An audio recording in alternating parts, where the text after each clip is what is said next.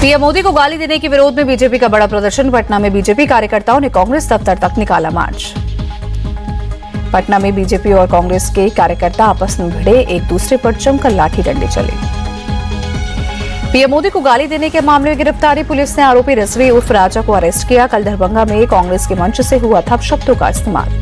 दरभंगा में कांग्रेस के मंच से पीएम को अपशब्द कहने के सीएम नीतीश ने निंदा की। बोले, पीएम और उनकी दिवंगत मां के खिलाफ अभद्र भाषा का इस्तेमाल निंदनीय है।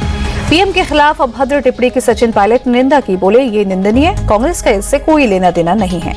2 दिन के जापान दौरे पर PM Modi Japan economic forum में शामिल हुए। कहा, भारत जापान की साझेदारी हर क्षेत्र में ये साझेदारी विश्वास को और बढ़ाती है।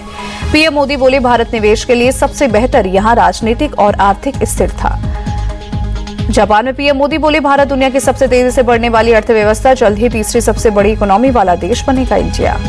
मोदी बोले, भारत की आर्थिक नीतियों में पारदर्शिता, रिफॉर्म, परफॉर्म और ट्रांसफॉर्म हमारी अप्रोच। भारत के कैपिटल बाजार में अच्छा रिटर्न। जापान में मोदी बोले, भारत चैलेंज का पावर हाउस और जापान टेक का पावर हाउस, दोनों देश मिलकर टेक रिवॉल्यूशन कर सकते हैं। मोदी बोले, भारत का चैलेंज और जापानी टेक्नोलॉजी दुनिया बदलेगी। भारत और जापान में साझेदारी की अपार संभावनाएं।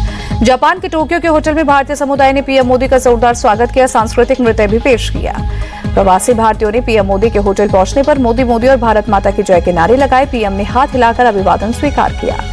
चुनाव से पहले महिलाओं के लिए नीतीश कुमार का बड़ा ऐलान। मुख्यमंत्री महिला रोजगार योजना शुरू करने की घोषणा की। व्यवस्था और व्यवसाय करने के लिए मिलेगी आर्थिक मदद। संघ प्रमुख मोहन भागवत का बड़ा बयान। मथुरा काशी आंदोलन का समर्थन नहीं करेगा संघ, कहा, लेकिन हिंदुओं की इस भावना का सम्मान होना जरूरी।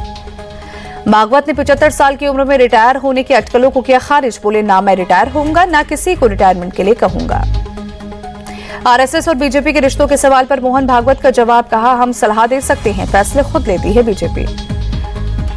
महाराष्ट्र में मराठा आरक्षण का मुद्दा फिर गरमाया। मुंबई के आजाद मैदान में मराठा आरक्षण कार्यकर्ता मनोज अरांगे पाटिल धरने पर बैठे। प्रशासन ने 1 दिन की दी है आंदोलन की अनुमति।